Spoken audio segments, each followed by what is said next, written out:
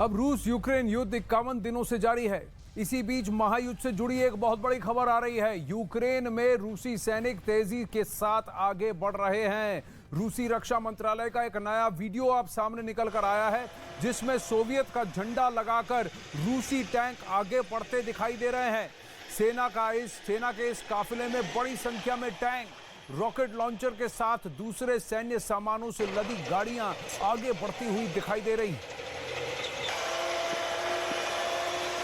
Arun Singh Kyiv से इस वक्त हमारे साथ जुड़ रहे हैं। तो रूस कहीं पीछे हटता हुआ नहीं दिख रहा है, लेकिन कहीं ना कहीं उनका एक रीकैलिब्रेशन नजर आ रहा है कि वो फौज को उस तरफ उस दिशा में बढ़ा रहे हैं जहां अब व्लादिमीर पुतिन जगह अपनी पूरी तरह से सुरक्षित करना चाहते हैं। क्या कीव उनके निशाने पर है या अब कीव से हटकर अब उन जगहों पर फोकस कर रहे हैं अरुण व्लादिमीर पुतिन, जहां उनको लगता है स्ट्रेटेजिकली उनको कब्जा बनाए रखना अनिवार्य है, यानी खार्किव से लेकर ओडेसा तक की बीच की वो रेखा?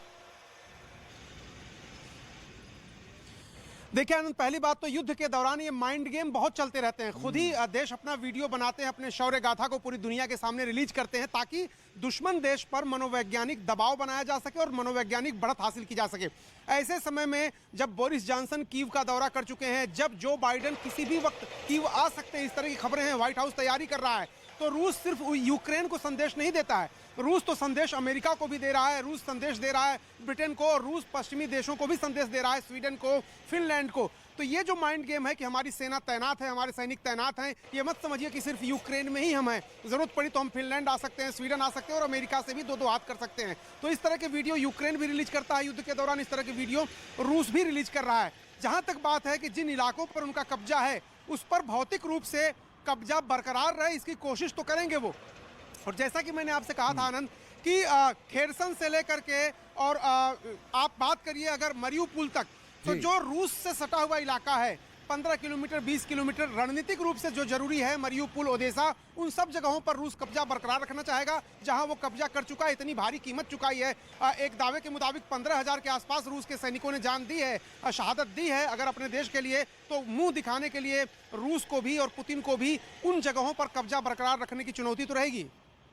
बिल्कुल, लेकिन इस वक्त आपको ग्राउंड पर क्या अपडेट्स मिल रहे हैं? हाँ, आपने एक बात कहा कि देखिए मानसिक तरीके से साइऑप्स का गेम दोनों तरफ से खेला जाएगा। यूक्रेन कहेगा हम जीत रहे हैं, रूस कहेगा हम जीत रहे हैं, लेकिन ये बात तो जग जाहिर है कि 51 दिनों में रूस ने कम से कम 35 से 40% यूक्रेन की जमीन पर अपना कब्जा बना के रखा, खासकर दक्षिण पूर्वी यूक्रेन में और कुछ उत्तर पूर्वी यूक्रेन में भी।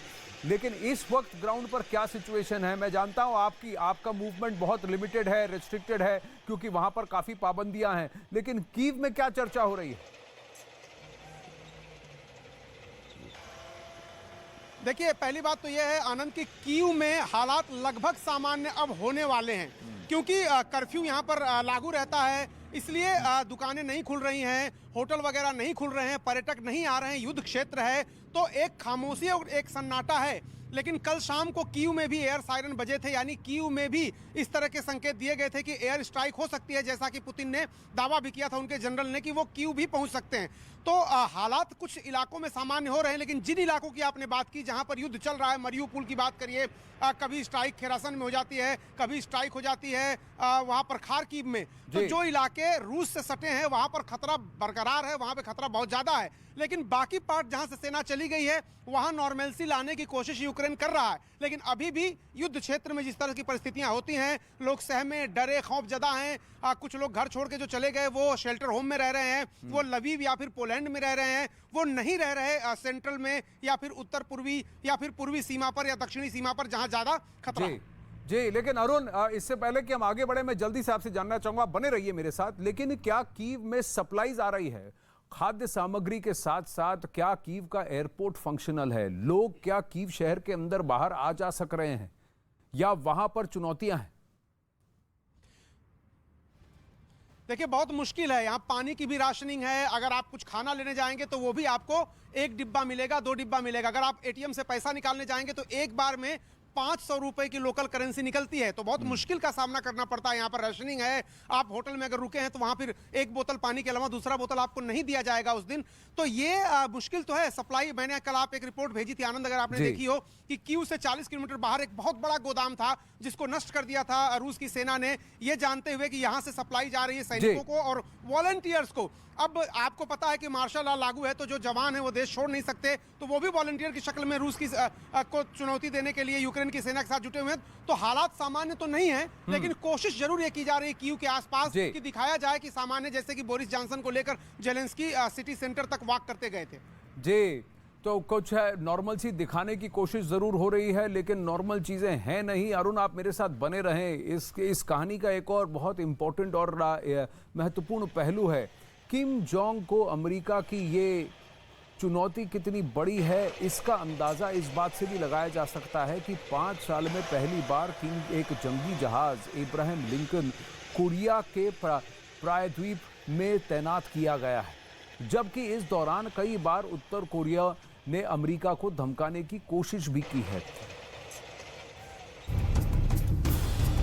अमेरिका का परमाणु ऊर्जा से चलने वाला विमान वाहक पोत Abraham Lincoln Japan self defence forces के साथ जापान सागर में संयुक्त अभ्यास कर रहा है।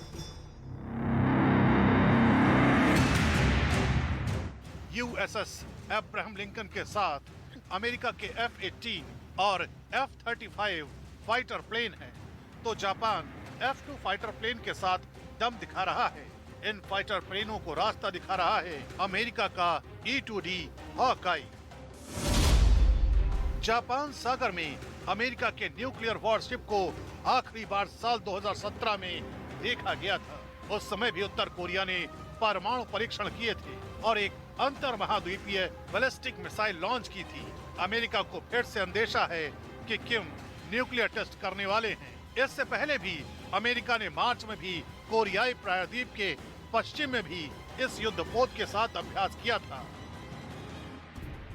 अमेरिका चाहकर भी किम जोंग उन को हल्के में नहीं ले सकता और इसके पीछे इसकी वजह है उत्तर कोरिया की मिसाइल ताकत।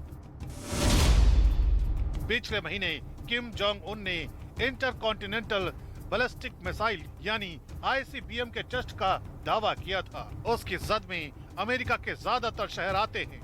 यही नहीं, उत्तर कोरिया इसी साल में अब तक 12 मिसाइलों के टेस्ट का दावा कर चुका है।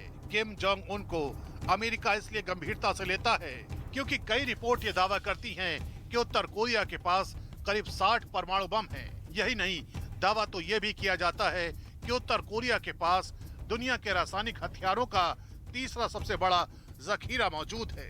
इसके अलावा किम के जखीरे में 20 रासायनिक हथियार होने का भी दावा किया जाता है। दावा तो ये भी किया जाता है कि किम बायोलॉजिकल वेपन भी विकसित कर रहे हैं।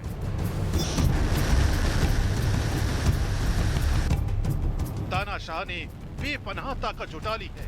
उन्हें अपनी सुरक्षा की कम, दूसरों की तबाही की फिक्र ज्यादा है। उत्तर कोरिया में किम जोंग की फैक्ट्रियों में मिसाइलों और बम बनाने वाली मशीन पूरी रफ्तार से धड़धड़ा रही है। ऐसे में दुनिया सांसें रोककर दुआ कर रही है कि कहीं किम जोंग का दिमाग न फिर जाए, क्योंकि एक बार ऐसा हुआ तो तानाशाह किम आधी दुनिया को तबाह कर देंगे।